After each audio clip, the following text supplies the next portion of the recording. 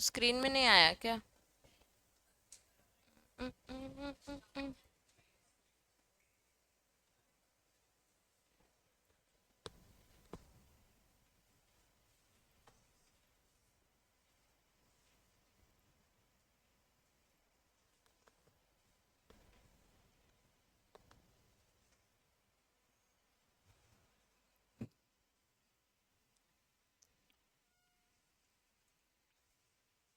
एक बार पहले ये एक्ट पढ़ लेते हैं अपन ने ना, ग्लोबल इनिशिएटिव्स पढ़े कि क्या क्या लोगों ने इसके लिए इनिशिएटिव्स लिया, और इंडियन इनिशिएटिव पढ़ने वाले हैं।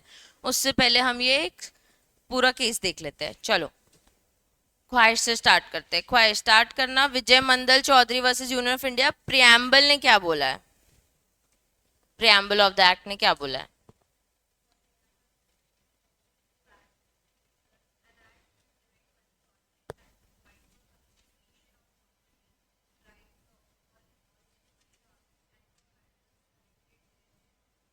दो ही प्रियम्बल है बच्चे, दो ही पॉइंट्स है। पहला मार्क करो, क्या है? Prevent money laundering. दूसरा पॉइंट क्या है? Provide, provide for confiscation of property. का क्या मतलब होता है? सीज कर लेना। मतलब अगर मनी लॉन्ड्रिंग से कुछ भी कमाया, वो प्रॉपर्टी, वो पैसा, वो एसेट, वो लग्जरी, वो सब हम क्या कर लेंगे? अपने पास जब्त करके रख लेंगे। तो मनी लॉन्ड्रिंग एक्ट का पर्पस क्या है? प्रियम्बल मतलब पर्पस, प्रियम्बल मतलब पर्पस। एक्ट का पर्पस क्या है? सबसे पहला क्या बच्चे? Provide, prevent money laundering. Prevent money laundering यानी लोग ब्लैक इनटू व्हाइट ना करें। और प्रोवाइड क्या है? कॉन्फिड, अगर करेंगे तो हम उनको क्या कर लेंगे? कॉन्फिड। इतना ही प्रियम्बल ने बोला है। चलो वेर एज, अब प्रियम्बल के बाद पढ़ते हैं, ठीक है? इशिका।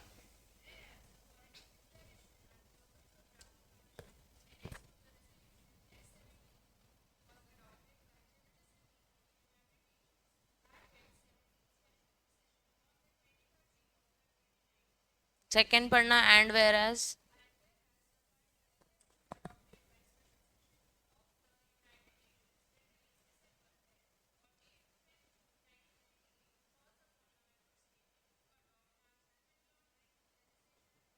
और फिर से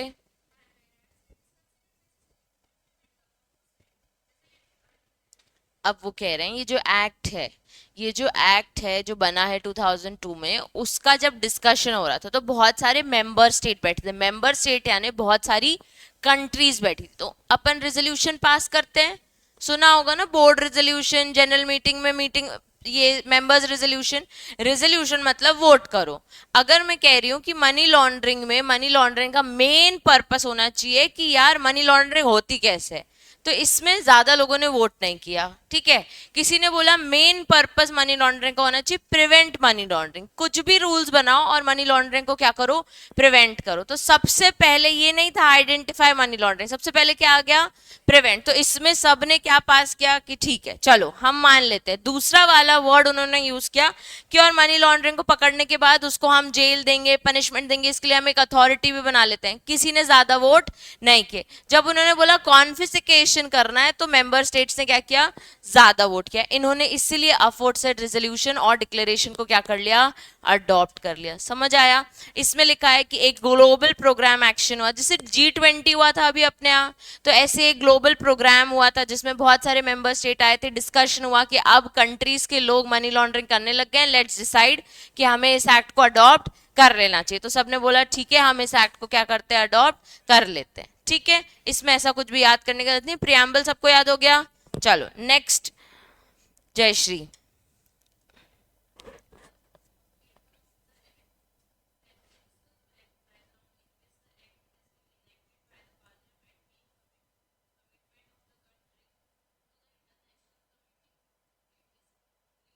क्रिस्टल।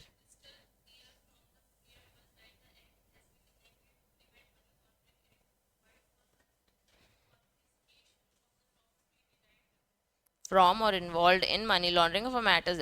क्या नया कुछ लिखा है?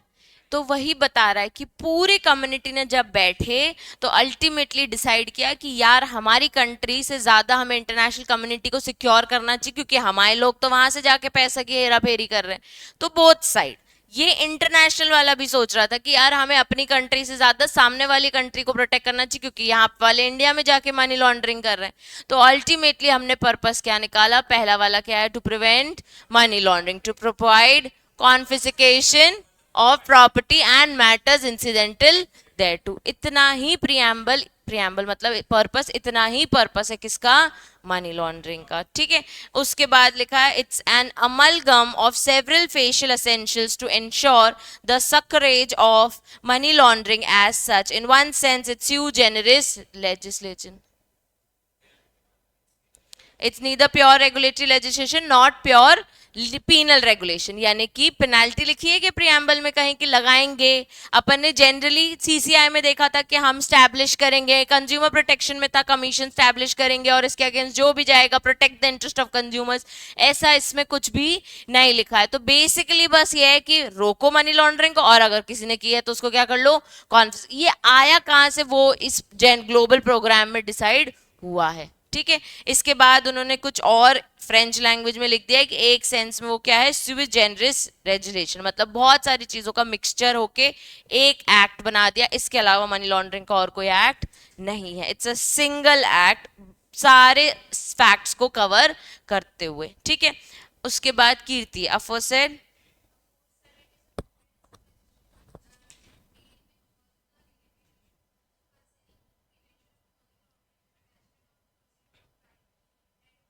Education,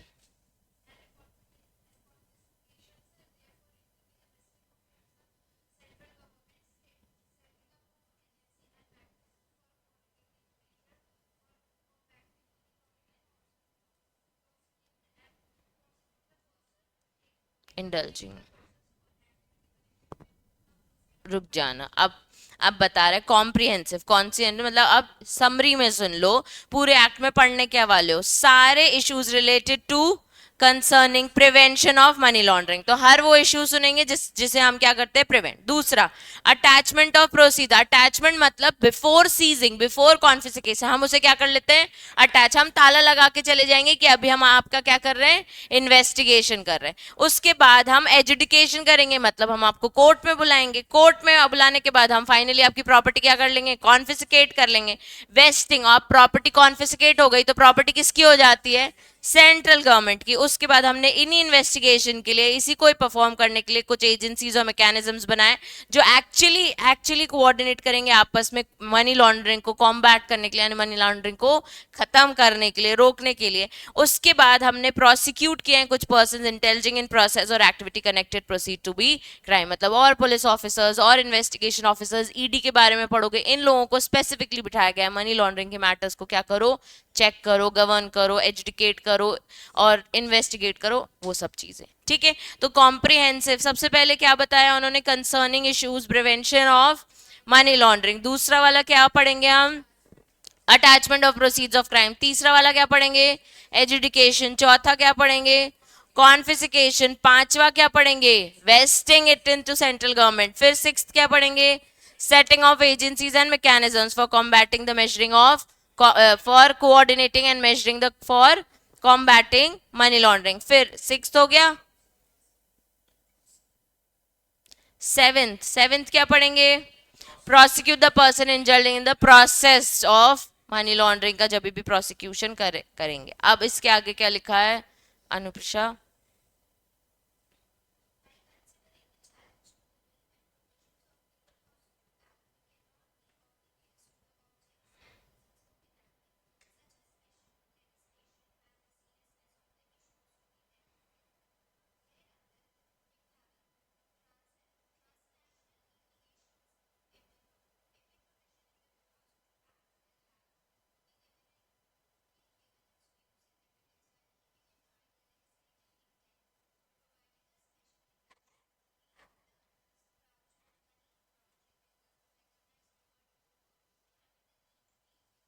externally. अब देखो मनी लॉन्ड्रिंग चीज ऐसी है जो पर्टिकुलरली क्लियरली डिफाइंड हो नहीं सकती। क्यों? क्योंकि ये ट्रांजैक्शन टू ट्रांजैक्शन बेस करती है। मतलब आप मनी लॉन्ड्रिंग डिफाइन भी कर रहे हो, इंट्रोडक्शन में मनी लॉन्ड्रिंग याद भी की, तो बस यही पढ़ा कि ट्रैफिकिंग ऑफ ड्रग्स, और इससे जो भी इल गॉटन मनी आएगा उसको आपने क्या कर लिया है, पॉजिटिव मनी बना लिया। इसको इन लोगों ने डिफाइन कर दिया मनी लॉन्ड्रिंग। क्या एक एक ट्रांजेक्शन एक्सप्लेन किया, वेरियस सेवरल चीजें हैं जिसको मनी लॉन्ड्रिंग में इन्वॉल्व, तो इसके लिए इन लोगों ने एक स्पेशल मैकेनिज्म नाम दिया हुआ है कि मनी लॉन्ड्रिंग का एक्ट का नाम है प्रिवेंशन ऑफ मनी लॉन्ड्रिंग। तुम ऐसा कुछ भी करो हम उसे रोकने बैठे हुए हैं। अल्टीमेटली ये हमारे लिए क्या है, एक चैलेंज है, क्योंकि एक पर्टिकुलर काम नहीं है मनी लॉन्ड्रिंग, डिफरेंट डिफरेंट तरीके से डिफरेंट डिफरेंट एस्पेक्ट से मनी लॉन्ड्रिंग लोग करते हैं। अल्टीमेटली वो कह रहे हैं कि इसको डील करने के लिए हर प्रोविजन ऑफ एक्ट जो 2002 में बनाया है वो इम्पॉर्टेंट है। हर एक प्रोविजन सोच समझ के बनाया है, क्योंकि ये एक स्पेशल मैकेनिज्म है to prevent money laundering. Clear है सबको? अब किसी को कोई डाउट? ठीक है, सिर्फ इधर पे कंफ्यूज हो गए एंड वेरएज एंड वेरएज। ये जो एंड वेरएज है ना, ये रेजोल्यूशन का पार्ट है। आपको डायरेक्टली कॉपी उठा के दे दिया है कि रेजोल्यूशन क्या पास हुआ था। ठीक है, वो आपको याद करने की जरूरत नहीं है। आपको क्या याद करने की जरूरत है कि इस केस में ये वाला एक्ट को इंट्रोड्यूस किया हुआ था। ये एक्ट का पर्पस आपको याद हो गया है। दो ही पॉइंट है, क्या बच्चे? प्रिवेंशन ऑफ मनी लॉन्ड्रिंग, और ये प्रियम्बल आया था, तो प्रियम्बल रिलेटेड कुछ भी क्वेश्चन आया तो ये आपको बता देना। उसके बाद बस बोल देना रेजोल्यूशन पास हुआ था एक ग्लोबल एक्शन प्लान में। उसके बाद प्रियम्बल ने क्या क्या बताया कि इंटरनेशनल कम्युनिटी को सिक्योर करना है हमको, और अफोसेड में हम क्या क्या पढ़ने वाले हैं, वो जैसे जैसे टॉपिक पढ़ोगे नाम ऑलरेडी आपको याद हो जाएंगे। ठीक है, चलो आ जाओ एक्ट में। सेक्शन 2 किस चीज का होता है बच्चे? डेफिनेशन। सबसे पहले अटैचमेंट देखो। अब अटैचमेंट मतलब क्या? Prohibition to transfer, conversion, disposition, movement of property. अपन ने पिछले वाले चैप्टर में भी देखा था, बेनामी में भी, कि अटैचमेंट कर लिया मतलब हमने आपकी प्रॉपर्टी को कर लिया, अभी अटैच कर लिया, अभी हमने कॉन्फिस्केट नहीं किया। जब हमने आपके अटैच की तब आप किसी और को ट्रांसफर नहीं कर सकते, कन्वर्ट नहीं कर सकते, मूव नहीं कर सकते, डिस्पोज नहीं। क्या एंजॉय कर सकते हैं प्रॉपर्टी? हाँ कर सकते हैं। प्रॉपर्टी हम अपने यूज के लिए कर सकते हैं, किसी और को दे नहीं सकते। क्लियर है? चलो, प्रोसीड्स ऑफ क्राइम। प्रोसीड मतलब जितने तुमने गलत काम किया उससे जो जो पैसा आया उसको क्या बोलते हैं? Proceeds of crime. तो जो भी तुम्हारी क्रिमिनल एक्टिविटी से आया है, कोई ना कोई शेड्यूल और ऑफेंस, मतलब एनी प्रॉपर्टी डिराइव्ड और obtain directly indirectly from a result of your criminal activity relating to a schedule offense or the value of such property where such property is taken, held or outside India, then the property equivalent in value in country हो या abroad में, उसको हम क्या बोलेंगे? proceeds of crime। ठीक है, next property मतलब जनरल मीनिंग दिया हुआ है, एनी प्रॉपर्टी और assets every description whether tangible और intangible, movable movable immovable, tangible, include deeds, instrument, सब कुछ कवर होता है उसमें। Property wherever located. ठीक है, कॉर्पोरियल और एक वही बता रही हूँ, कॉर्पोरियल और इनकॉर्पोरियल। जैसे टैंजिबल मतलब, टैंजिबल मतलब जिसको देख सकते हैं हम, टच कर सकते हैं। इंटेंजिबल भी वही, तो कॉर्पोरल इनकॉर्पोरल भी उसी का ही पार्ट आते हैं। इट्स जस्ट दैट आपने इंटेंजिबल में अभी गुडविल और आईपीआर वाली चीजें पढ़ी होंगी ना, इनकॉर्पोरल में भी वो कवर होता है, ट्रेडमार्क, पेटेंट और ये सब। इसीलिए तो कॉर्पोरल जो आप टच फील कर सको, इनकॉर्पोरल जो आप टच फील ना कर सको। ठीक है, उसके बाद क्या आता है? Beneficial owner. बेनिफिशियल ओनर मतलब जो मेन ओनर, जो अल्टीमेटली अपना पैसा सारा कंट्रोल में रखता है। means an individual who ultimately owns or controls a client of a reporting entity of a person on whose behalf the transaction being conducted। जो अपन ने वीडियो देखा था बच्चे मनी लॉन्ड्रिंग का, उसमें कौन है बेनिफिशियल ओनर? जो सबसे पहला, जो लास्ट में गोवा में बैठ के ड्रिंक पी रहा था, वो बेनिफिशियल ओनर, क्योंकि उसके लिए वो सारा एम्बुलेंस वाला, एयरपोर्ट वाला सब काम हो रहा था। जो मेन ओनर जिसने ड्रग डीलिंग की, वो बेनिफिशियल ओनर है। मास्टरमाइंड ने सिर्फ दिमाग लगाया था, बेनिफिट थोड़ी हुआ है उसको कुछ। नहीं, जो लास्ट में आया था उसने एक मास्टरमाइंड हायर किया था। एक मेन बंदा था जिसने ड्रग डीलिंग की, जो फर्स्ट पर्सन था। उसके बाद फिर एक मास्टरमाइंड उसने ढूंढा जो ये पैसा की हेरा फेरी कराएगा। फिर एम्बुलेंस ड्राइवर, एयरपोर्ट क्लीनर, ये सारे लोग आए, और लास्ट में एक बंदा गोवा में बैठ के जो ड्रिंक पी रहा था, वो मेन बंदा था बेनिफिशियल ओनर। लग्जरी एसेट्स वो मास्टरमाइंड ने थोड़ी खरीदे थे। मास्टरमाइंड रन पे नहीं मिला। नहीं नहीं नहीं नहीं, लास्ट में जो बंदा था ना, जो जो लास्ट में से पैर, वो मेन बेनिफिशियल, उसके लिए सारे काम होते जा रहे। ठीक है। हम्म। ठीक है। इंटरमीडियरी, मनी लॉन्ड्रिंग में वीडियो देखने के बाद दिशा समझ आ जाएगा। ठीक है। इंटरमीडियरी, इंटरमीडियरी यानी बीच की पार्टी। ठीक है, तो कौन कौन हो गया इंटरमीडियरी में, देखो, stock broker, sub broker, share transfer agent, banker to an issue, trustee, trustee register an issue, merchant banker, underwriter, portfolio manager, investment adviser और any other intermediary associated with security market registered under section 12 of SEBI act. ठीक है, कौन कौन हो गए intermediary, एक बार बोलो। Stock broker, sub broker, share transfer agent, banker to an issue, trustee, trust deed, registrar to an issue, merchant banker, underwriter, portfolio manager, investment adviser और एनी अदर इंटरमीडिएट एसोसिएटेड और रजिस्टर्ड अंडर सेबी। इसके अलावा उन्होंने और भी associations बता दिए जो आईआरडीए से या किसी ने से एसोसिएटेड हैं। इन्वेस्टिगेशन यानी act of director conducted by the authority of central government. ठीक है। रिपोर्टिंग एंटिटी, जो जिसका प्रोफेशन है, जो इंटरमीडियरी है, फाइनेंशियल इंस्टीट्यूशन, बैंकिंग कंपनी। ठीक है। शेड्यूल ऑफेंस, शेड्यूल ऑफेंस जो पार्ट ए और part B of the offence और part C of the offence है, मतलब कि एक्ट के पीछे ना शेड्यूल लगे होते हैं। पूरा लॉ बना हुआ है, लॉ के पीछे एक शेड्यूल है, उसका पार्ट ए है, पार्ट बी है और पार्ट सी है, उसमें सारे ऑफेंसेस उन्होंने पर्टिकुलरली स्पेसिफाई कर दिए। उसके बाद स्पेशल कोर्ट बनाया हुआ है इन्होंने, कोर्ट ऑफ सेशन, क्योंकि क्रिमिनल एक्ट है। और ट्रांसफर मतलब sale, purchase, mortgage, pledge, gift, loan. तो इस एक्ट के अंदर ट्रांसफर मतलब क्या बच्चे, in any other form, transfer of right, title, possession. Value मतलब फेयर मार्केट वैल्यू, मार्क करो। अब इतनी जितनी डेफिनेशन पढ़ी उसमें से मार्क करो। प्रोसीड्स ऑफ क्राइम इंपॉर्टेंट है, अटैचमेंट इंपॉर्टेंट है, इंटरमीडियरी इंपॉर्टेंट है।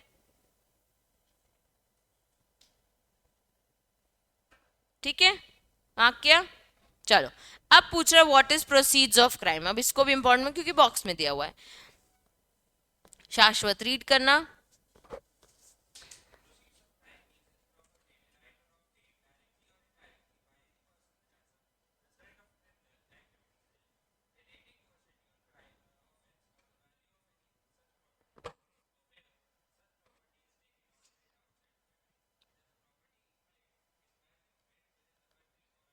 ऊपर जो पड़ी वही लिखी है बच्चे, सेम, ऑलमोस्ट नहीं, सेम, एग्जैक्ट सेम लिखी हुई है। ठीक है।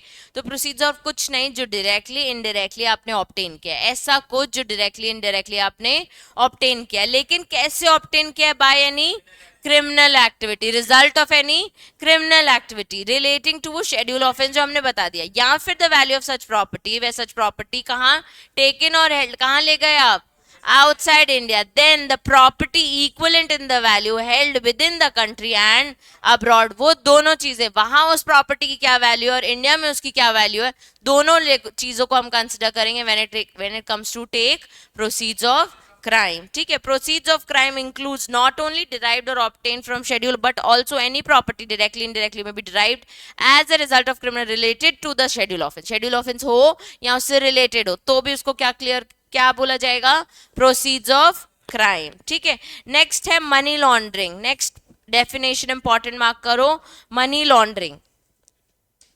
ये आ जाता है अब सेक्शन 3, डेफिनेशन खत्म, सीधे आ गया मनी लॉन्ड्रिंग। सबसे पहले उन्होंने डिफाइन कर दिया मनी लॉन्ड्रिंग है क्या। मनी लॉन्ड्रिंग एक एक्ट है। ठीक है। Money laundering whosoever directly indirectly attempts to indulge। ठीक है, मार्क करो point number 1, whosoever directly indirectly attempt to indulge. Second point mark करो, नोइंगली असिस्ट, यानी कि खुद नहीं कर रहा है लेकिन क्या कर रहा है, असिस्ट कर रहा है, तो जैसे वो मास्टरमाइंड था। और थर्ड पॉइंट मार्क करो, नोइंगली इज अ पार्टी।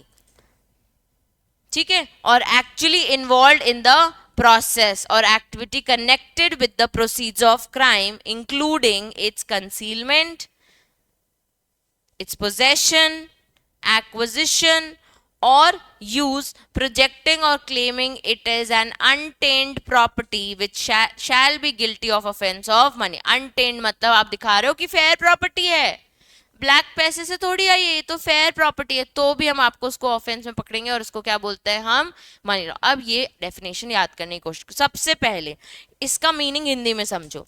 कोई एक ऐसा पर्सन जो इस एक्टिविटी में डायरेक्टली इनडायरेक्टली इंडल्ज है, कोई ऐसा पर्सन जो डायरेक्टली इनडायरेक्टली पता होने के बाद भी सामने वाले को क्या कर रहा है, असिस्ट कर रहा है। तो पहला वाला क्या हो गया, इंडल्ज। दूसरा वाला क्या हो गया, असिस्ट। तीसरा वाला खुद ही क्या है, पता होने के बाद भी क्या है, पार्टी है जो इन्वॉल्व है। तीसरा वाला क्या हो गया, पार्टी है जो इन्वॉल्व है। अब इन्वॉल्व किस में है, इन्वॉल्व किस में, एक प्रोसेस में है जिसमें क्या हो रहा है, एक्चुअल में क्रिमिनल एक्टिविटी हो रही है। एक ऐसे प्रोसेस में है जिसमें क्या हो रहा है, क्रिमिनल एक्टिविटी, और इससे आ क्या रहा है, प्रोसीड्स ऑफ क्राइम। आ क्या रहा है, प्रोसीड्स ऑफ क्राइम। अब इन्वॉल्व किस तरीके से हो, इंक्लूडिंग कंसीलमेंट। कंसीलमेंट यानी छुपाना। तो उसके घर लेके उसका भाई जो पैसे छुपा रहा था कि तुम ये गड्डियां गिनो और वो बनाओ और पैसे अपन को छुपा के रखने, वो भी क्या हो गया, कंसीलमेंट में कवर हो गया। तीसरा क्या हो गया, पोजेशन। वो जो लेडी है वो होल्ड करके रख रही थी उसका पैसा जब तक गोल्ड पे ट्रांस, तो आपके पास क्या है उस चीज का, पोजेशन। फिर क्या हो गया, एक्विजिशन। आप कोई ना कोई उसके लिए प्रॉपर्टी क्या कर रहे हो, अक्वायर कर रहे हो। अब गोल्ड डिगर के पास वो पैसा गया, फिर उसने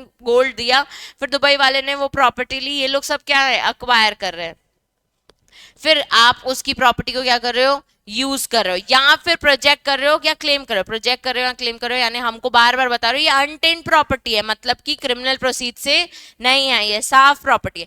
उस पर्सन को हम guilty of offence, guilty of offence यानी तुमको हम कोर्ट में गिल्टी फील कराएंगे for this offence, is called as money laundering. Clear है, क्लियर है। अब याद करो, सबसे पहले हूसोएवर directly indirectly indulge, दूसरा knowingly assist, knowingly is a party और actually involved। चार चीजें याद हो गई। सबसे पहले क्या है, directly indirectly indulge, दूसरा वाला knowingly assist, तीसरा वाला knowingly is a party, चौथा वाला actually involved, ठीक है, in the process or activity connected with the proceeds of crime, in the activity connected with the proceeds of crime। अब इसमें इंक्लूड क्या क्या, include concealment, possession, acquisition, use, projected और claiming it is an untainted property और shall be guilty of offence of money laundering. समझ आया, सबको याद हो गई, कभी पूछू याद रहेगी, रिवाइज करना पड़ेगा। चलो, अब इसकी पेनाल्टी भी यहीं पे दी हुई है। सेक्शन 3 में क्या दिया है कि जिसने ये कांड किए उसको हम गिल्टी ऑफ ऑफेंस में खड़ा कर देंगे। अब सेक्शन 4 में कह रहा है any person who offend who commits the offence shall be punishable with rigorous imprisonment for a term which shall not less then 3 years, which may extends to 7 years and shall also be liable to fine। वहां लिखो, मेरी pencil जब तक मैं charge करूं screen नहीं दिखेगी। हाँ, ऑल्सो लाइबल टू फाइन, तो लिखो 3 years plus 3 years arrow 7 years plus fine.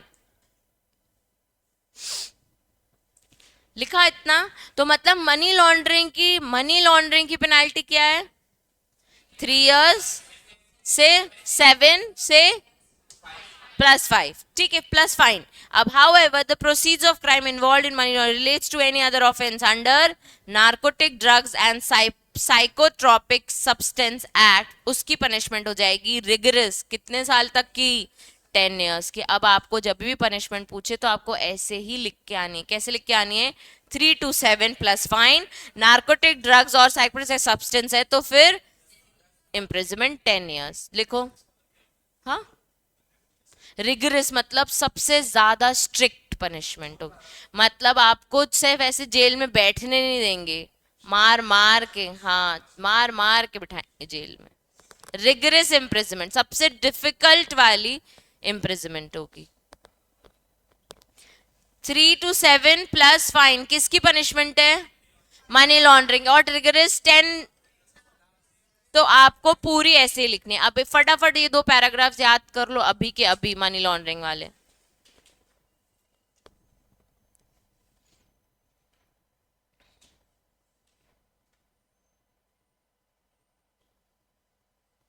और कीर्ति के लिए स्पेशल होमवर्क है कि उसको ये पूरा केस पढ़ के आना है, कल वो आप लोगों को एक्सप्लेन करेगी। सिर्फ उसी ने होमवर्क नहीं किया, बाकी सब ने होमवर्क किया। नीचे वाला केस कल कीर्ति क्लास में सबको एक्सप्लेन करेगी इस केस में है क्या।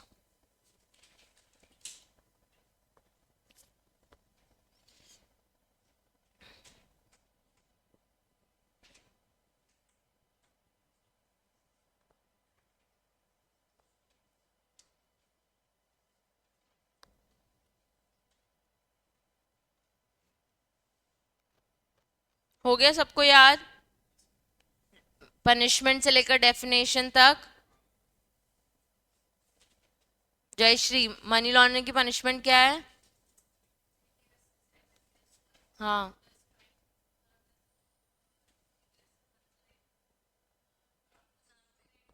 ड्रग एक्ट में कवर होता है तो ठीक है। अब देखो नीचे क्या लिखा है, what is money laundering offence.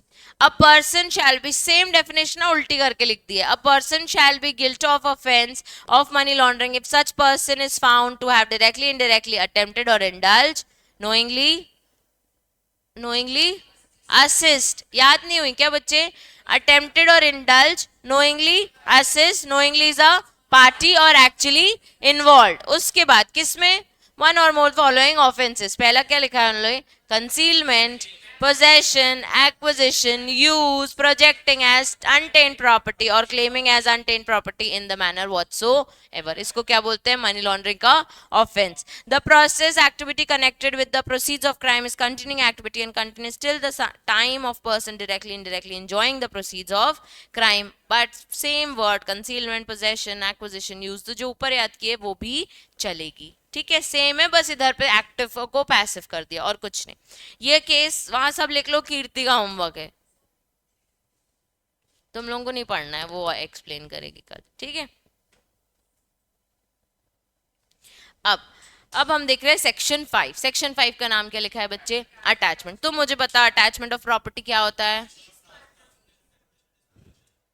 Basically आपको हम ना ट्रांसफर करने देंगे प्रॉपर्टी, ना फिर हम किसी और को कन्वर्ट करने देंगे, ना ही किसी को पोजेशन पास ऑन करने देंगे, ना ही कोई और इसे अक्वायर कर सकता है, क्योंकि अभी हम क्या कर रहे हैं? उसका अटैचमेंट कर रहे हैं।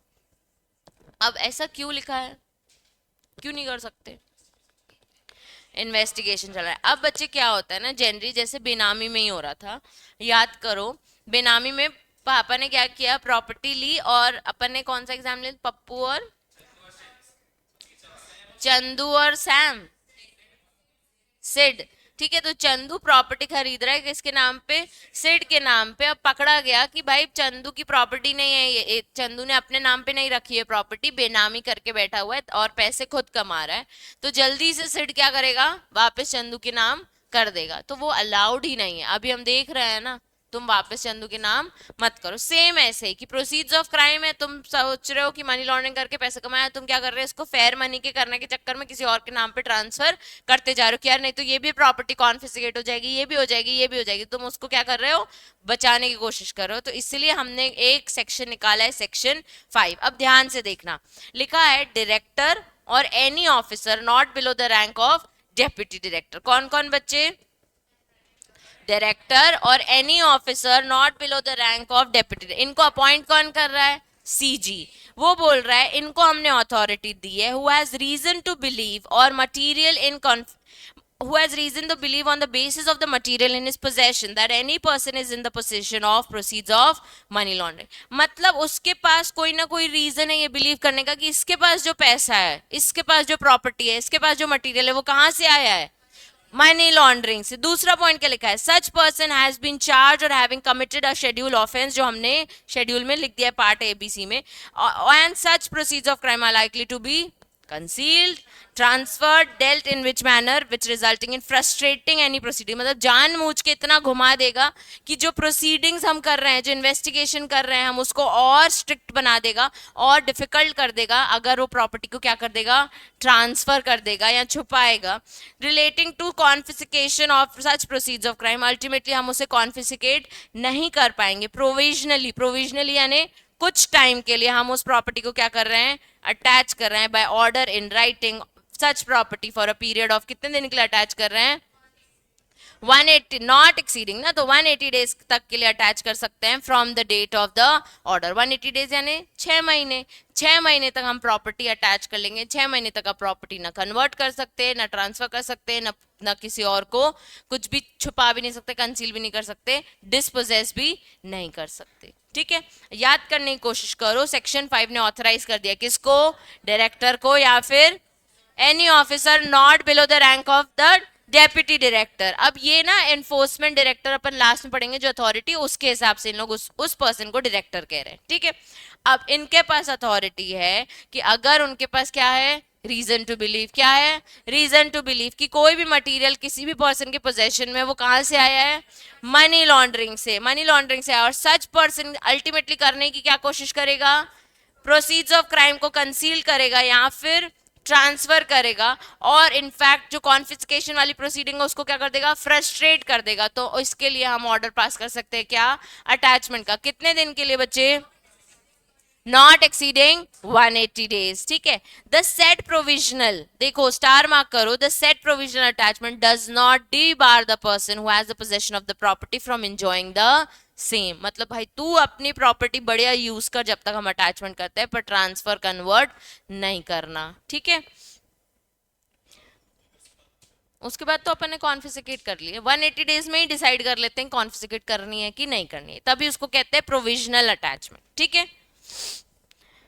But the said person is prohibited from creating any third party interest in the said property. खुद चाहे तो जितना एंजॉय करे, लेकिन किसी थर्ड पार्टी का इंटरेस्ट इसमें नहीं आना चाहिए। The director or any other officer who provisionally attaches the property is required, क्या करना है उसको फिर ultimately forward a copy of the order of his material possession, किसको देना है, एजुकेटिंग अथॉरिटी का, immediately thereafter to file within a period of 30 days from such attachment. एक कंप्लेन फाइल हो जानी चाहिए, क्योंकि मुझे बिलीव हो चुका है कि ये प्रॉपर्टी कहां से आई है, प्रोसीड से आई है, proceeds of crimes of money laundering से आई है, शेड्यूल ऑफेंस से आई है। तो अब इसकी कंप्लेन लिखो, 30 दिन के अंदर ये कॉपी मैं आपको दे रहा हूं, और आप इसकी कंप्लेन लिख लो, तब तक हम अपना इन्वेस्टिगेशन जारी रख रहे हैं, ठीक है। इंपॉर्टेंट मार्क करो अटैचमेंट ऑफ प्रॉपर्टी को। हाँ, क्या, बिजनेस इनकम टैक्स नहीं भरोगे, फिर तो बैठी है, सिंपल तरीका है। मतलब मैं तुमको बता सकती हूँ कि एक जन का एक्सपीरियंस बता रही हूँ, तो दिखने में ही डरावने लगते हैं। हाँ सब होगा ऑब्वियसली, ऐसा थोड़ी तुम सच खोल रहे हो तो तुमको छोड़ दिया, ऐसे तो हर कोई मनी लॉन्ड्रिंग करके 2 साल प्रॉपर्टी एंजॉय करके सच बता दे, अरे ये क्या था ये ले लो, ऐसे थोड़ी होता है, कांड कांड होता है, चाहे तुम बताओ या ना बताओ। और नहीं बताओगे तो आपके बैंक अकाउंट्स कहीं से तो तुमने किया ही है ना ट्रांजेक्शन, अल्टीमेटली तुम उसको फेयर मनी लेके आए हो, तो फिर वो पकड़ना पड़ता है। नेक्स्ट लेवल का इन्वेस्टिगेशन, एक एक प्रॉपर्टी को के पेपर्स चेक होंगे, आखिर वो गोल्ड के पेपर्स निकले, वो रिसीट कहीं ना कहीं से तो पकड़ा जाएगा ही ना कि हुआ कैसे। वही है, जैसे तुम लॉ के एक्सपर्ट बन जाओगे, वैसे इस इन्वेस्टिगेशन के एक्सपर्ट्स ऑलरेडी बैठे हुए हैं, तो वो पकड़ लेते हैं। चलो नेक्स्ट नेक्स्ट है एजुकेटिंग अथॉरिटी, ठीक है। एजुकेटिंग अथॉरिटी को किसने बताया है, सीजी ने, बस इतना मार्क कर लो, सीजी ने बनाया है। वन और more person not below the prescribe rank of designation as prescribe, जो रूल्स में लिखा हुआ है वैसे, पर इसको बनाया किसने, सीजी ने, ठीक है। एजुकेशन होता क्या है, यानी वो प्रोसेस, जो पूरी प्रोसीडिंग्स होती है उसको हम क्या कहते हैं, education. Adjudicating of authority has reason to believe that one person has committed an offence, जो उसको सेक्शन 3 क्या है, मनी लॉन्ड्रिंग है, और in the possession of the proceeds it may serve a notice not less than 30 days calling such person, indicate the source of income, earning assets out of which by means who has acquired the property. Clearly हमको अगर लगेगा कि भैया तुमने ये कांड किया है, एजुकेटेड अथॉरिटी आपको नोटिस भेजेगी, आपको बुलाएगी, हमको बताओ ये पैसा कहाँ से कमाया, ये प्रॉपर्टी कहाँ से आई, ये प्रॉपर्टी कहाँ से अटैच नहीं करें हम, वो आप उसका जवाब दे दो, हम आपको छोड़ देंगे, ठीक है। Basically the evidence on which he realise and other relevant information and particulars, and to show cause why all or any of the property should not be declared the properties involved in money laundering and confiscating by the CG. मतलब एक opportunity of being hurt सामने वाले को देंगे, हम notice serve करेंगे, show cause notice भेजेंगे, आओ हमारे यहाँ बताओ तुम्हारी प्रॉपर्टी हम क्यों अटैच ना करें, प्रॉपर्टी के पैसे कहाँ से आए थे, या बता दो हम क्यों इसे कंसील ना करें, मतलब कॉन्फिस्केट ना करें, ठीक है। चलो इसको पॉइंट्स में याद कर लो। सबसे पहले क्या गया, नोटिस गया, accused is given at least 30 days notice to explain the source of income asset related to the attach property of the frozen property. फिर आपके ऊपर क्या होगी, एग्जामिनेशन हियरिंग, एजुकेटिंग अथॉरिटी आपका रिस्पॉन्स जो भी आया उसको रिव्यू करेगी, हियर करेगी बोथ द साइड्स, मतलब हाँ ये जो पर्सन जिसने अटैच किया है, डायरेक्टर और not below the rank of deputy director, उसकी बात और आपकी बात जो मनी लॉन्ड्रर है, ठीक है, उनकी बात सुनने के बाद डिसाइड कर लेगी property is linked to the money laundering और नॉट। फिर कंफर्म कर देगी क्या, attachment. If the property is involve in money laundering, attachment कब तक कंटिन्यू हो सकता है, अब 360। अभी तक कितना हो रहा था अटैचमेंट, 180 डेज, लेकिन अगर इसको 30 डेज में जो कंप्लेन चली गई, अथॉरिटी को भी लग रहा है, तो कितने टाइम तक एक्सटेंड हो सकता है, 365 और अनटिल द ट्रायल एंड्स। उसके बाद टेकिंग पोजेशन, मैंने आपको बताया ईडी के बारे में, enforcement directorate takes the control of confirmed attached property, सारी प्रॉपर्टी उसके पास चली जाती है। If found guilty the property is confiscated in the central government, if not found guilty तो प्रॉपर्टी राइटफुल ओनर को रिटर्न की जाती है। स्पेशल केसेस में if the trial can not be completed या दैट एब्सकॉन्डिंग हो गई, the court decided on confiscation और release. Restoration, if the innocent of the third party has suffered a financial loss, they can claim back confiscated property. किसी और का भी नुकसान हुआ है तो वो अपने claims मांग सकता है। इसका फोटो लो।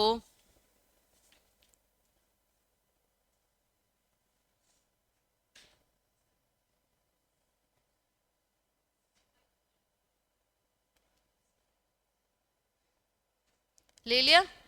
अब एक चीज सुनो, ये पूरा यहाँ तक कवर्ड है, तो तुमको ये एक बार बस रीड करना है, बाकी याद करने के लिए तुम्हारे पास पूरा प्रोसेस है कि एक्चुअल में एजुकेटिंग अथॉरिटी करती क्या है, ठीक है। होमवर्क लिखो, रीड, ये सबको रीड करना है। पता चला कीर्ति के नाम पे थोप दिया सबने।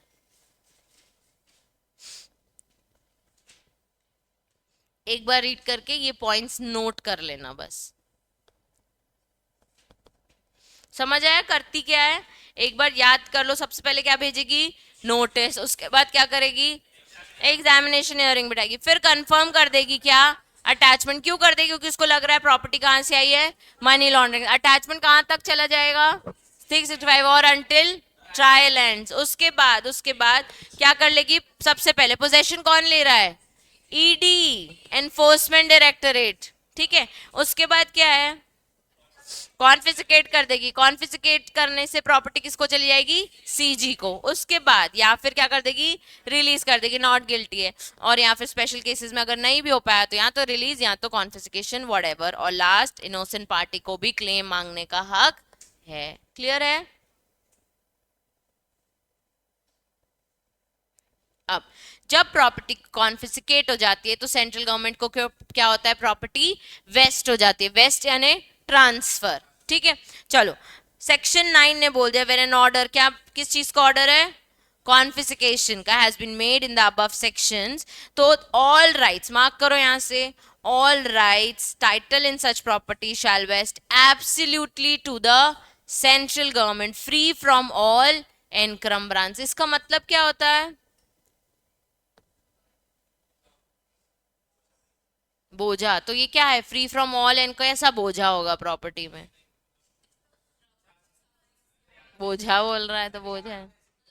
कितनी बार बताया है मैंने एनक्रम्ब्रांसेस का मतलब, दिशा। कैसा बर्डन, प्रॉपर्टी में क्या बर्डन, कौन से चार्जेस,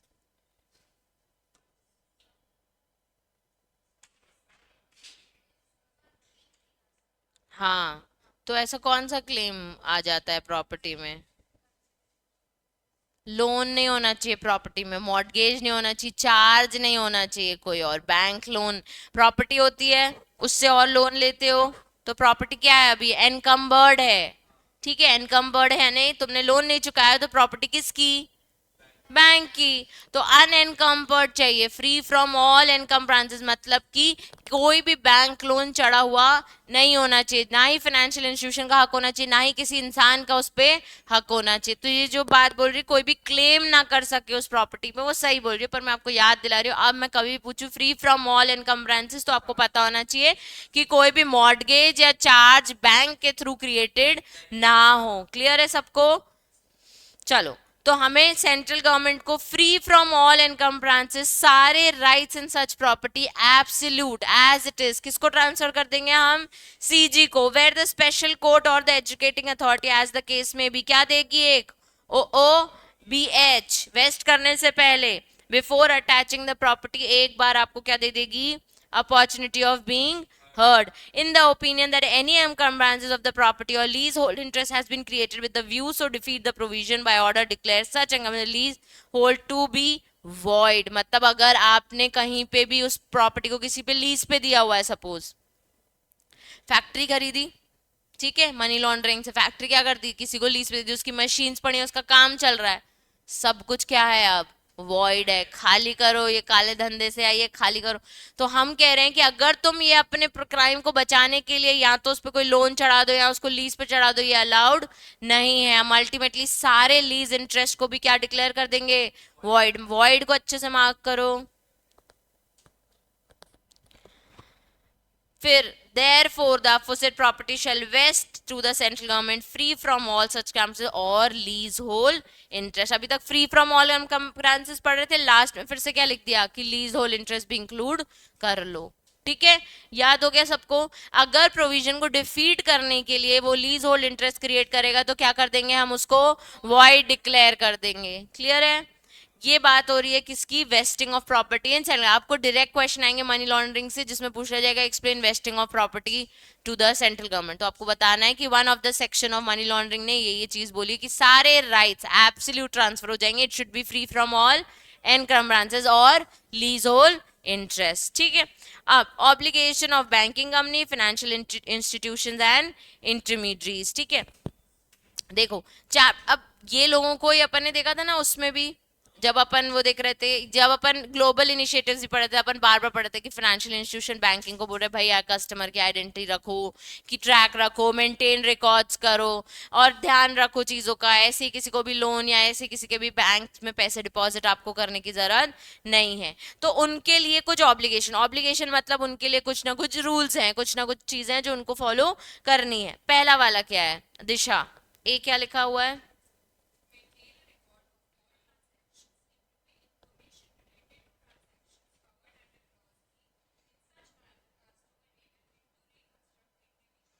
ऐसे रिकॉर्ड मेंटेन करने कि हम ढूंढ भी पाए कि ट्रांजैक्शन कहाँ से हुआ है। तो पहला वाला क्या है, मेंटेन ऑफ रिकॉर्ड्स। दूसरा वाला पढ़ना दिशा,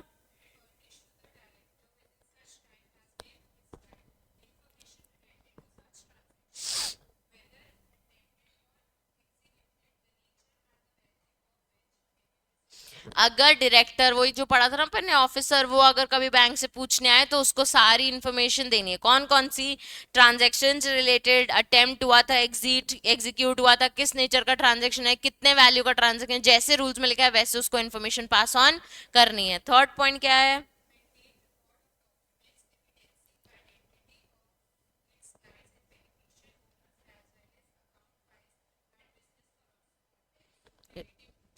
अब आपको सारे रिकॉर्ड्स कस्टमर के भी मेंटेन करके रखने हैं, उनकी आइडेंटिटीज, उनके फाइल्स, उनके अकाउंट डिटेल्स और भी जो जो वो करते हैं ना। तो इसलिए हर चीज में आजकल बैंक बहुत स्ट्रिक्ट हो भी गई है, इजीली देती भी नहीं है बिना पेपर्स के कुछ भी। तो वो सारी चीजें आपको क्या करनी है, मेंटेन रखनी है। फिर लिखा है ना बिजनेस करस्पॉन्डिंग रिलेटेड, मतलब उसके बिजनेस रिलेटेड भी कुछ डॉक्यूमेंट्स है तो आपको वो चीज सिक्योर करके रखनी है। तीन ऑब्लिगेशन है बच्चे, तीन इंपॉर्टेंट, मार्क करो इस टॉपिक को। ऑब्लिगेशन ऑफ बैंक, तीन चीजें करनी है। पहला क्या, maintain record for any transaction. दूसरा वाला क्या बच्चे, furnish information to the director, जो भी वो मांगेगा related to the transaction, value of the transaction. Last वाला maintain record of the customer या क्लाइंट आइडेंटिटी या फिर अकाउंट फाइल्स या business correspondent relating to the clients. याद हो गया सबको, तीन चीजें उनको क्या करनी है, मेंटेन करके रखनी है। चलो उसके बाद अब कह रहा है समन सर्चेज एंड सीजर। समन यानी शो कॉज नोटिस भेजना, ठीक है। सी सर्च यानी दरवाजा तोड़ के सर्च करना, वही दया वाला। और सीज यानी जब्त कर लेना, ये जो अपन ने बेनामी में पढ़ा था ना वैसा ही। अभी रीड करना,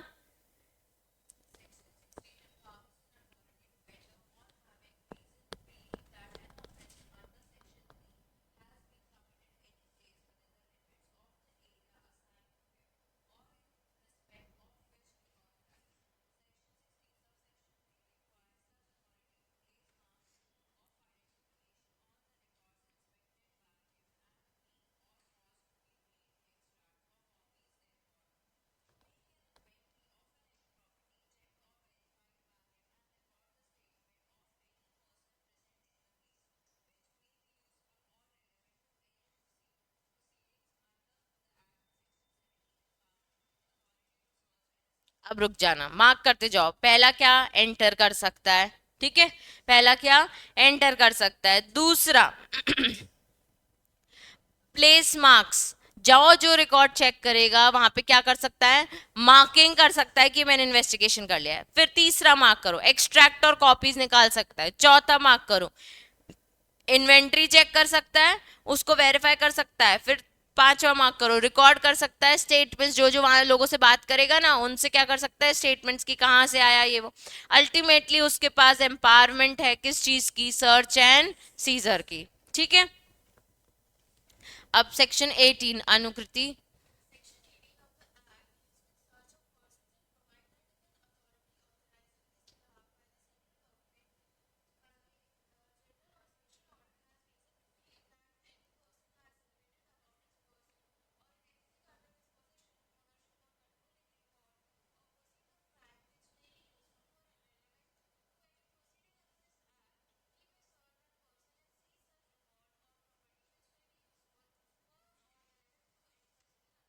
ठीक है, और अगर उसको लग रहा है कोई ऐसा आदमी है जो इधर पे कोई नौकर वोकर बिठाया है, जिसके घर में सारा सामान रखा होगा, प्रोसीजर ऑफ क्राइम रखेंगे, उस पर्सन को भी हम पूरी तरह से जांच पात कर सकते हैं। अब बच्चे एक्ट में ये सब इसीलिए ही लिखा हुआ है कि कल को कोई मुद्दा ना उठाए। लॉ में लिख दिया ना, मतलब उनके पास ये सारी अथॉरिटीज हैं, पावर्स है, एम्पावर कर दिया है हमने उनको।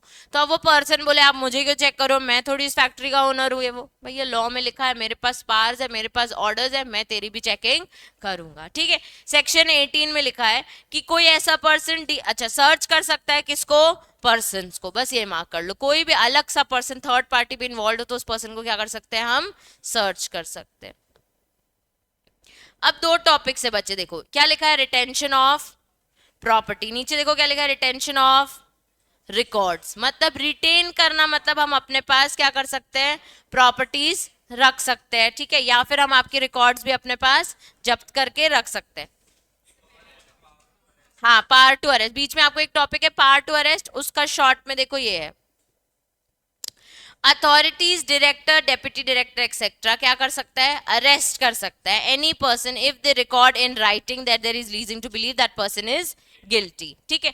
अरेस्टेड पर्सन इन्फॉर्म करेगा, must be informed on the ground, उसको बताना पड़ेगा भैया तुझे इन इन गलतियों के कारण, तेरे इन इन ऑफेंसेस के कारण तेरे को अरेस्ट किया जा रहा है। 24 घंटे के अंदर अरेस्ट को, अरेस्टेड पर्सन को कहाँ अपियर कराएंगे, स्पेशल कोर्ट में या फिर मजिस्ट्रेट में। ऐसा ही होता है बच्चे, जब भी किसी को जेल लेके जाते हैं फिर 24 घंटे के सामने उसको कोर्ट, 24 घंटे में उसको कोर्ट के सामने अपियर कराते हैं, ठीक है। The arrested order and supporting material must be sent to, फिर वो एजुकेटिंग अथॉरिटी को हम भेज देंगे सील्ड एनवेलप में कि इस बंदे को हमने पकड़ लिया है। Supreme court rule that merely reading out the arrest ground is not enough, a written copy must be provided. कहीं पे भी रीड मत करो, हमें रिटन में लिख के दो तुमने इसे किन किन गलतियों के कारण अरेस्ट किया है। Sensitive details can be redacted to protect the integrity of the investigation, मतलब कि हम कुछ चीजें कंसील भी करके रख सकते हैं, हम सब कुछ चीजें न्यूज में डिस्क्लोज नहीं करेंगे। ED practice of issuing a second ECIR after interim protection was deemed arbitrary and illegal, ठीक है। अब बेसिकली ये सारे काम जो मैं आपको बोल रही हूँ ना, ईडी बिठा के रखता है और ये वो, तो ये सबको पता नहीं चलता। कभी आपने मनी लॉन्ड्रिंग का कोई clear cut core case news में नहीं सुना हो, बिकॉज ये सब क्या होता है, सीक्रेटली ही होता है, ये इतना ज्यादा ओपनली कहीं पे भी नहीं आता है। हमेशा बस ये आ जाता है कि कोई पकड़ा गया था, इतना पैसा आया और काम खत्म, पूरा इन्वेस्टिगेशन चल रहा है, आज ये हो रहा है, आज ये हो रहा है, ये कभी भी इंफॉर्मेशन बाहर नहीं आई है, ठीक है। तो वो जो अपनी प्रैक्टिस करता है उसमें वो सेकंड ईसीआईआर दे देते हैं, एक ऑर्डर दे देते हैं, interim protection and deemed arbitrary and illegally, मतलब इसमें अब आपकी बाकी सारी बातें नहीं आएंगी, बस जो आपका सारा सामान है वो इलीगल से आया है, इस चीज का अनाउंसमेंट हो जाता है, इस चीज के ग्राउंड्स कोर्ट तक चले जाते हैं और अल्टीमेटली आपको पेनाल्टी और जेल अनाउंस हो जाती है। और फिर last supreme court ruled arrest and custody were not valid due to non compliance of section 13 and constitutional rights. आपके इसमें केस लॉ दिया होगा, दिखाना बुक, चलो मेरे पास है, रुक जाओ।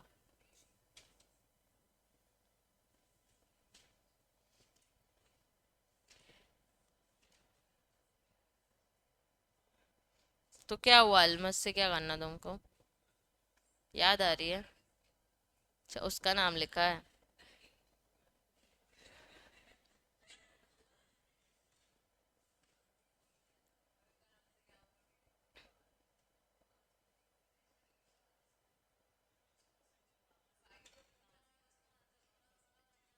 बंसल से तुझे अलमस कैसे याद आ सकती है यार? अच्छा, चलो। अलमस चढ़ गई।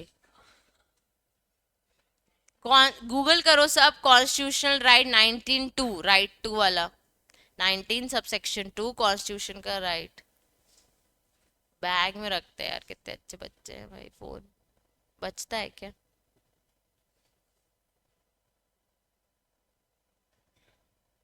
टूट गया। Constitutional article 19 subsection 2। नहीं, रहने दो, रहने दो, रहने दो।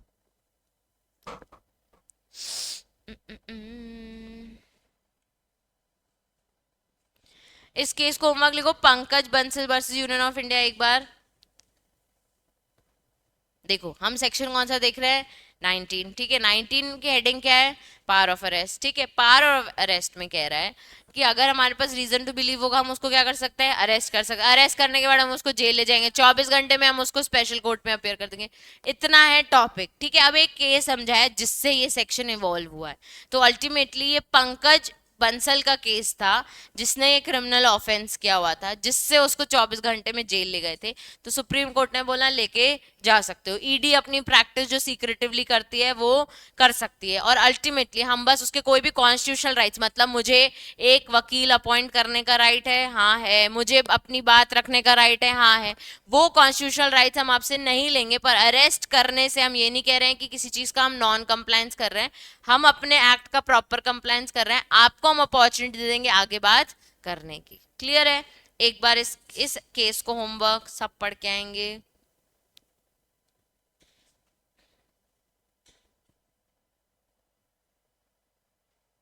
चलो, अब टॉपिक है retention of property, retention of asset. ठीक है, रिटेंशन मतलब क्या होता है? सीज कर लेना, ठीक है। रिटेंशन मतलब हम प्रॉपर्टी आपकी क्या करेंगे? अपने पास रिटेन करके रखेंगे, मतलब अपने पास जब्त करके रखेंगे, ठीक है। रिटेंशन ऑफ प्रॉपर्टी में पहला पॉइंट देखो क्या है? प्रॉपर्टी सीज्ड और फ्रोजन कैन बी रिटेन। कब तक के लिए रिटेन हो सकती है? 180। पढ़ा था अटैचमेंट में, कितने दिन के लिए अटैच कर रहे थे? 180 days if required for adjudication. Order of retention must be recorded in writing and sent to adjudicating authority. After 180 days property must be returned unless further retention is permitted, ठीक है। 180 डेज से ज्यादा extend कर सकते क्या? अगर permission मिल गई तो, नहीं तो आपको क्या करना पड़ेगा? रिटर्न करना पड़ जाएगा, ठीक है। फिर adjudicating authority must confirm prima facie involvement in money laundering before extending the retention. तो एजुकेटिंग चाहे तो 365 डेज तक एक्सटेंड कर सकते हैं अंटिल द ट्रायल एंड्स, लेकिन बस उसको क्या पता करना पड़ेगा कि हाँ मनी लॉन्ड्रिंग का इन्वॉल्वमेंट है। Special court direct release of non involve property after confiscation. जो उसकी फेयर प्रॉपर्टी थी उसको हम क्या कर देंगे? रिलीज कर देंगे। फिर property release can be with held for 90 days of the relevant for appeal. मतलब अगर अपील करने गया तो ठीक है, तब तक वो अपने पास रख सकता है, नहीं तो वापस हमारे पास कॉन्फिस्केट हो जाएगी। क्लियर है? एक बार रिटेंशन ऑफ प्रॉपर्टी का फोटो ले लीजिए, पूरा ही आ जाएगा ना।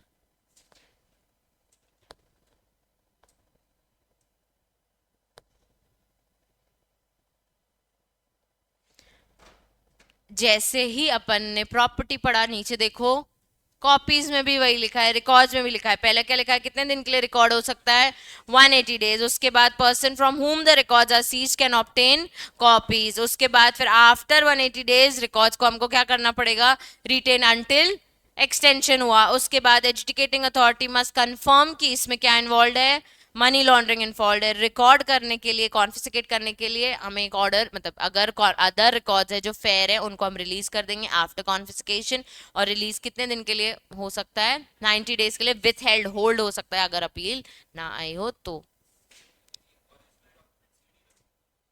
हाँ, उसको कॉपी रखनी है तो वो रख सकता है। इंपॉर्टेंट मार्क करिए, retention of property, retention of records.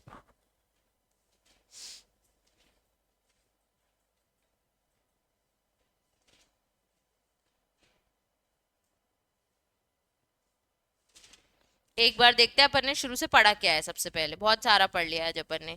सबसे पहले अपन ने इसके ग्लोबल इनिशिएटिव्स पढ़े थे बहुत सारे, फिर इंडियन इनिशिएटिव्स में हमने सीधे क्या पढ़ना चालू किया, एक्ट। एक केस पढ़ा हमने, केस का नाम क्या है बच्चे, Vijay Madanlal Chaudhary versus Union of India. Basically इस एक्ट का पर्पस क्या है, प्रियम्बल। प्रियम्बल में क्या क्या है, प्रिवेंशन ऑफ मनी लॉन्ड्रिंग और कॉन्फिस्केशन ऑफ द प्रॉपर्टी, ठीक है। उसके बाद हमने डेफिनेशन, अटैचमेंट की डेफिनेशन में क्या है, prohibition of transfer, conversion, disposition, movement of property. उसके बाद बच्चे, उसके बाद आ जाओ सीधे proceeds of crime. Proceeds of crime क्या होते हैं,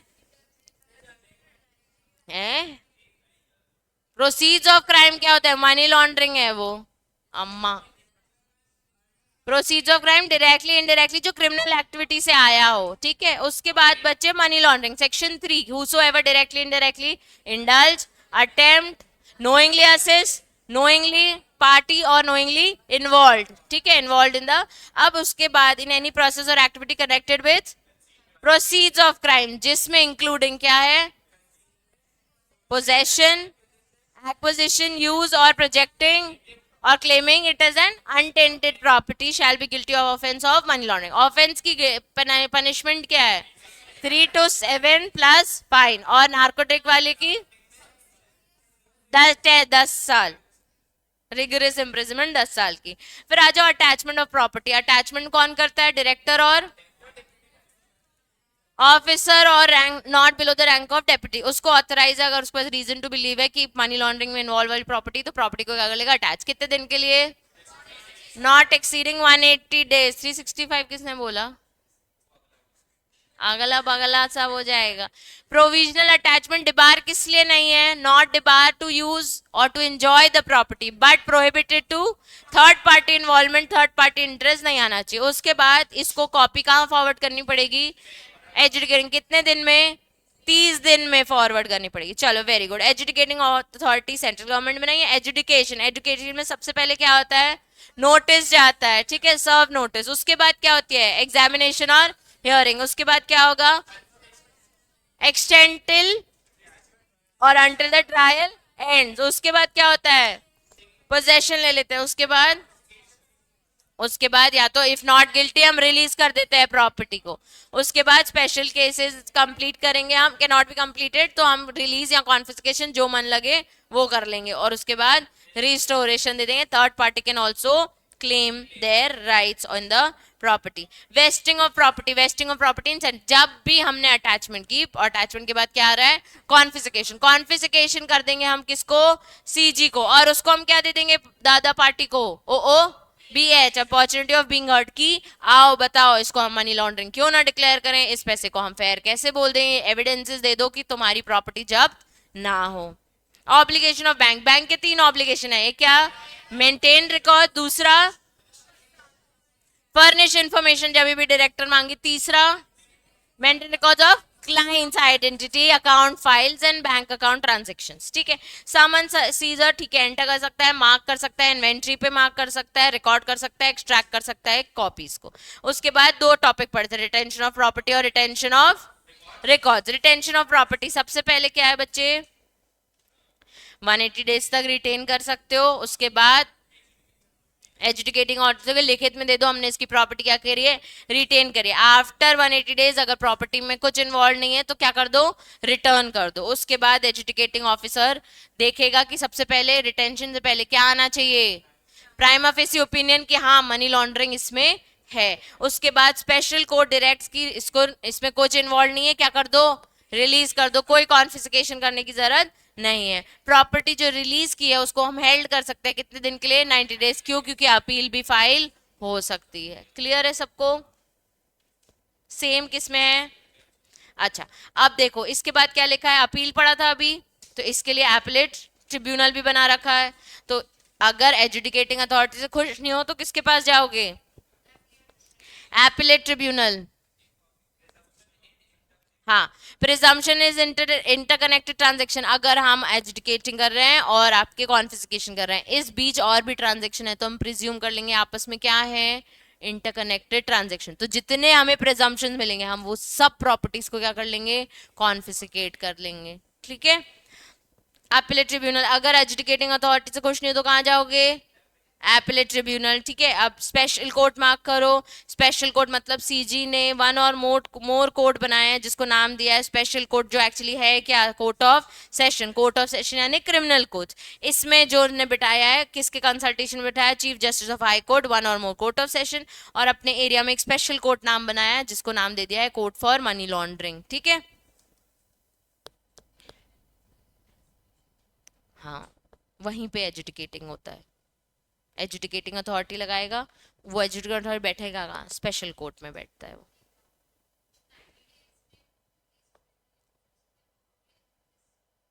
ये देखो, जैसे ईडी ने बोला कि इसकी प्रॉपर्टी क्या है? कॉन्फिस्केटेड है, सही नहीं है, मनी लॉन्ड्रिंग इन्वॉल्व है। उसकी अपॉर्चुनिटी ऑफ बीइंग हर्ड सुन के हमको लगा कि नहीं नहीं नहीं, फेयर प्रॉपर्टी, रिलीज कर देना चाहिए। तो ईडी क्या करेगा? अपील फाइल कर सकता है। ईडी के पास अपील करने के लिए कितने दिन है? 90 दिन। 90 दिन तक प्रॉपर्टी यही है। 90 दिन तक अगर ईडी ने अपील नहीं किया तो प्रॉपर्टी आपकी वापस। ठीक है, नहीं, ऑफ कोर्ट के पास।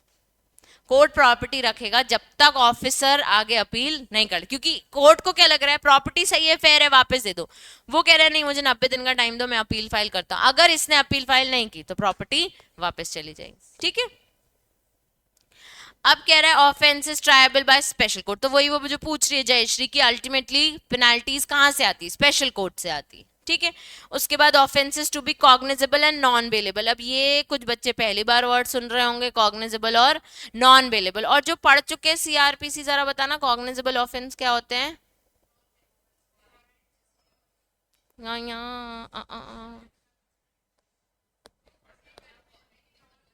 वो हमेशा ही होएगी। कॉग्निजेबल यानी भारी ऑफेंस, तो वारंट की जरूरत नहीं पड़ती। देखो, नॉन बेलेबल मतलब जिसमें बेल नहीं होएगी भैया आपकी इजीली। ठीक है, तो वैसे ही कॉग्निजेबल, बिना वारंट के हम आपको क्या कर लेंगे? अरेस्ट कर लेंगे। ठीक है, नॉन कॉग्निजेबल मतलब वारंट लगेगा। कह रहा है कह रहा है हर ऑफेंस जो पनिशेबल है अंडर दिस एक्ट, उसको क्या डिक्लेयर कर दिया गया है? कॉग्निजेबल। उसको क्या डिक्लेयर कर दिया गया है बच्चे? कॉग्निजेबल। कॉग्निजेबल मतलब सीआरपीसी में डिफाइन किया हुआ है, no person accused in offence under this shall be released on bail on his own bond. मतलब नॉन बेलेबल ऑफेंस है unless public prosecutor criminal offence के लिए होते हैं, उन वकीलों को हम क्या कहते हैं?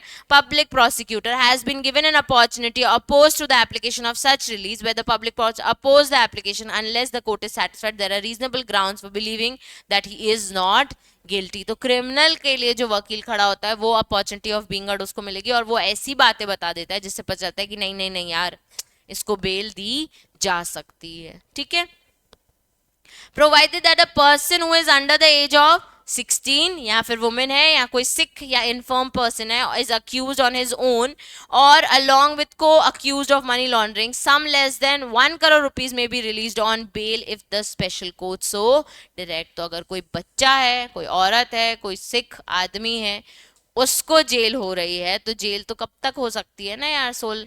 तो हम बोलेंगे आप हमारे सामने कितना पैसा रखो? 1 करोड़ रुपए, मनी लॉन्ड्रिंग करके आए ना, 1 करोड़ रुपए रखो। अगर स्पेशल कोर्ट ने बोला तो हम आपको बेल पे छोड़ेंगे, वरना हम आपको बेल पे नहीं छोड़ेंगे। क्लियर है सबको? अब एक टॉपिक को रीड लिख लो, पार्ट ऑफ सेंट्रल गवर्नमेंट। अभी एक्ट में पढ़ लिया ना कितने सारे सेक्शन है। इसके अलावा और कोई बातें हैं जो हमको कहनी है? वो किसके पास पार है? सीजी के पास। वो चाहे तो और बातें कह सकता है। फिर एक टॉपिक है agreement with foreign country. Central government agreement कर सकता है किससे? हमने पहले ही बोल दिया, हमें पता है तुम लोग बाहर जाके कांड करोगे। हमने पहले ही बोल दिया हम बाहर वाले कंट्रीज के साथ क्या करके रख लेंगे? अग्रीमेंट। मेरा कोई भी बंदा तेरे आया तो तेरे और मेरे बीच में अग्रीमेंट किया हुआ, ऐसे हिसाब से अपन चलेंगे। ये एक एक्ट ने परमिट कर दिया है। मनी लॉन्ड्रिंग वाले एक्ट ने बोल दिया चलो तुम एक गवर्नमेंट हो, दूसरी गवर्नमेंट के साथ क्या कर लो? अग्रीमेंट कर लो, कोई दिक्कत नहीं है। मनी लॉन्ड्रिंग को बचाने के लिए अगर तुम कोई टर्म्स एंड कंडीशन पे उतर भी रहे हो तो हमें कोई प्रॉब्लम नहीं है। फिर assistant to a contracting state in certain cases, read लिखो। अब नेक्स्ट टॉपिक है reciprocal arrangement of process and assistance of transfer of accuse person. नाम देखो क्या लिखा है? रेसिप्रोकल अरेंजमेंट, ठीक है, for processes and assistance for transfer of accuse person. तो हमें बंदा चाहिए अपने शहर में, ठीक है। या फिर जो जो प्रॉपर्टी है वो हमें क्या करनी है, अब रेसिप्रोकेट करनी है, कि बाहर प्रॉपर्टी खरीद के बैठा था तो अभी हमें क्या करनी है, उसे रेसिप्रोकेट करनी है। तो स्पेशल कोर्ट ने बोल दिया कि हम डिजायर कर, हमने एक समन भेजा टू द अक्यूज्ड और warrant of for the arrest, summon to any person requiring him to attend, produce a document, search warrant और डुप्लीकेट। सीपीसी वाली पार नहीं लग रही? मार्क करो। सबसे पहले देखो क्या लिखा है, समन भेज सकते हैं, दूसरा वारंट बोल सकते हैं, तीसरा summon to any person acquiring attendance के लिए, चौथा डॉक्यूमेंट लेके आओ, पांचवा सर्च वारंट इशू कर सकते हैं, या फिर इन्हीं वारंट का duplicate form to such court जज magistrate to any authorities as central government in that behalf जो magistrate the case may be and same to be executed. मतलब कि स्पेशल कोर्ट के पास पावर है जब भी उसको लगेगा कि एक पर्सन किस में इन्वॉल्व है, मनी लॉन्ड्रिंग के ऑफेंस में, तो उसके पास 5 पावर है। पहली पावर क्या है बच्चे, समन टू एन अक्यूज, दूसरी वाली वारंट, अरेस्ट कर दो इस बंदे को, तीसरी वाली एनी अदर पर्सन की आओ अटेंड करो कोर्ट, हमें तुमसे सवाल जवाब करने हैं, ठीक है। चौथी वाली प्रोड्यूसर डॉक्यूमेंट, पांचवी वाली सर्च वारंट, इसके घर जाके, इसके गांव जाके, इसकी दुकान जाके, इसकी फैक्ट्री जाके, एनी प्लेस जाके क्या करके आओ, सर्च करके आओ, ठीक है। देखो सबसे पहला वारंट, सर्विस ऑफ समन और वारंट कहाँ भेज सकते हैं हम, अब्रॉड। तो को special court can send someone arrest warrant, search warrant, contracting state through a notified person of the execution। फिर हम इसी चीज का एग्जीक्यूशन करा सकते हैं, फिर प्रोसीजर और अरेस्ट वारंट होगा और फॉरवर्ड क्या हो जाएंगे, सीज्ड आइटम। इसका फोटो ले लो। ये छोटे छोटे टॉपिक है जिससे क्वेश्चन फॉर्म होना बहुत मुश्किल है, ठीक है। मेन मेन जो है पेनाल्टीज और डेफिनेशंस, वेस्टिंग, ये सबसे हमेशा क्वेश्चन आए हैं, ठीक है। अथॉरिटीज कौन कौन है, पीएमएलए यानी prevention of money laundering act, ठीक है। अथॉरिटीज अंडर पीएमएलए बोलते हैं इसको, prevention of money laundering act. तो कौन कौन अथॉरिटीज हो गए, एक director, additional director, joint director, deputy director, assistant director and such other classes, ठीक है। इनकी जुरिस्डिक्शन, जुरिस्डिक्शन का मतलब समझा है, मतलब एरिया, इनका तो इनका एरिया क्या है, in the issuing direction of the order of the central government. इन्होंने बता दिया कि इस हिसाब से मैं एरिया डिफाइन करूंगा, पहला टेरिटोरियल, दूसरा क्लासेस ऑफ पर्सन, दूसरा क्लासेस ऑफ केसेस और एनी अदर क्राइटेरिया, ठीक है। अटैचमेंट, सीजर, कॉन्फिस्केशन हम कल पढ़ेंगे, ये इंपॉर्टेंट टॉपिक है बच्चे। लेकिन ये इतना जुरिस्डिक्शन एरिया तक आपका होमवर्क है कि आप रीड करके आओ। मैंने 2 टॉपिक स्पेशली रीड करने को बोले हैं, एक केस दिया हुआ है, एक टॉपिक दिया हुआ है, और कीर्ति को एक अलग से सेपरेट केस दिया हुआ है, ठीक है।